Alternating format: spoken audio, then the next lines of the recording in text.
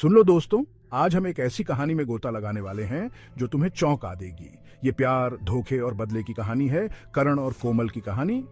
करण और कोमल कॉलेज में मिले। जवान थे, सपनों से भरे थे और एक दूसरे से गहरे प्यार करते थे। दोनों के बीच जबरदस्त केमिस्ट्री थी और जो दोस्ती से शुरू हुआ वो जल्दी ही एक ऐसे रोमांस में बदल गया जो अटूट लगता था। लेकिन प्यार की कहानियां हमेशा परियों की कहानी जैसी नहीं होती।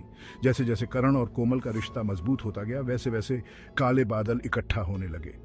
कोमल की बेस्ट फ्रेंड नेहा को करण हमेशा से पसंद था। वो अपनी भावनाओं को एक मुस्कान के पीछे छुपा देती थी, लेकिन दिल में जलन की आग धधक रही थी। एक रात कॉलेज पार्टी के बाद नेहा ने करण के सामने अपने प्यार का इजहार किया।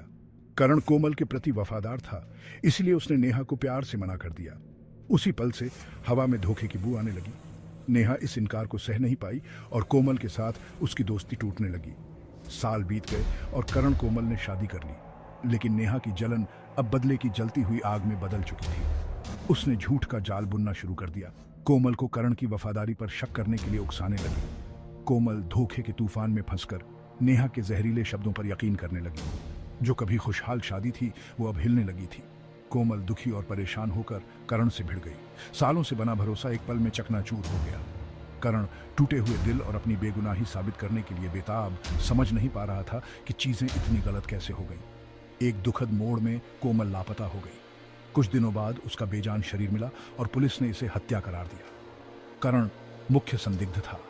अपनी दुनिया उलट-पुलट हो जाने से करण ने असली हत्यारे को खोजने की कसम खाई। जैसे जैसे करण ने तहकीकात की वैसे वैसे नेहा की खतरनाक साजिश सामने आई, लेकिन नेहा अभी रुकी नहीं थी। उसने करण को कोमल की हत्या का दोषी ठहरा दिया और उसे गिरफ्तार कर लिया गया। अपने जेल की कोठरी से करण ने कसम खाई कि वो कोमल को इंसाफ दिलाएगा। महीने बीत गए और एक चौंकाने वाले मोड़ में नेहा मृत पाई गई। अफवाहें फैलीं कि इसके पीछे कोई बदला लेने वाली आत्मा है। कुछ लोग कहते हैं कि वो कोमल की आत्मा थी जो अपनी असमय मौत का बदला ले रही थी।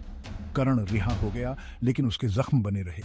वो उस प्यार को कभी नहीं भूलेगा जो उसने खो दिया, या उस धोखे को जो उसकी जिंदगी को चीर कर रख दिया। अंत में इंसाफ तो मिला, लेकिन उसकी कीमत इतनी ज्यादा थी कि उसे सहना मुश्किल था। तो आपको क्या लगता है, क्या ये कर्म था, नसीब, या कुछ और भी गहरा खेल चल रहा था? नीचे कमेंट्स में बताएं।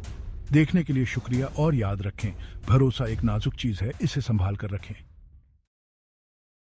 Like, comment, and subscribe.